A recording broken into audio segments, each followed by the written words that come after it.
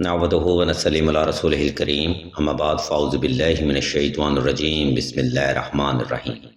السلام علیکم ناظرین، ایس کے بی روحانی پروگرام میں میں ہوں آپ کا ہوسٹ رانا ظفر حسین۔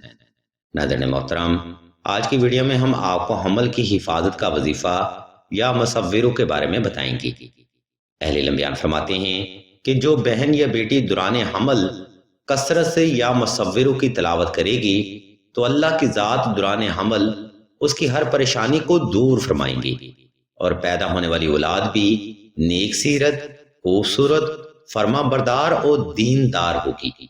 اس روحانی عمل کے لیے آپ نے اول شرط کے ساتھ 2 رکعت صلاۃ الحاجت نفل اور حسب تفیق صدقہ لازمی ادا کرنا ہے۔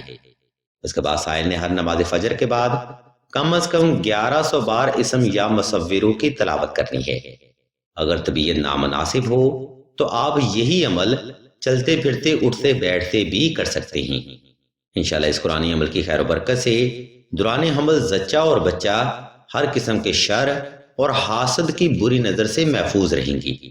توجہ سے یہ روحانی عمل فرمائیں، انشاءاللہ اللہ کی ذات کی کروڑہاں رحمتیں اور نعمتیں آپ کو ضرور حاصل ہوں گی۔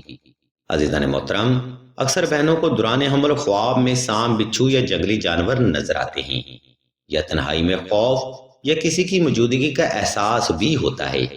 یہ علامات در حقیقت جادو اثرات یا نظر بد کی ہو سکتی ہیں۔ اگر آپ بھی دوران حمل ان علامات کا سامنا کر رہے ہیں تو اس سے زچہ اور بچہ دونوں کی جان کو خطرہ ہو سکتا ہے یا پھر ڈیلیوری میں پیچیدگی ہو سکتی ہے۔ اگر آپ کو بھی ایسے مسائل کا سامنا ہے تو بغیر دیر کیے نقش نادیلی مشک و زعفران اور عنبر کے ساتھ تحریر کر کے اپنے گلے میں ضرور پہنیں۔ نقش نادیلی کی برکت سے آپ دوران حمل ہر طرح کے نحس اثرات سے محفوظ ہو جائیں گے۔ اس نقش مبارک کو تحریر کرنے کے لیے ہم ایک اسکیچ اسکرین پر شو کر رہے ہیں تاکہ آپ گھر بیٹھے بآسانی نقش نادیلی تحریر کر سکیں۔ اگر آپ کو یہی نقش مبارک سلسلہ سے درکار ہو تو آپ راشد بھائی کے نمبر پر واٹس ایپ کر کے مزید رہنمائی بھی حاصل کر سکتے ہیں۔ ہم اللہ کے حضور دعا کرتے ہیں کہ تمام مسلمانوں کو اپنے حفظ و ایمان میں رکھیں اور تمام مسلمانوں کی تمام نیک اور جائز حاجات کو صدقہ محمد و آل محمد کی نسبت سے جلد پورا فرمائیں۔ آمین ثم آمین یا رب العالمین۔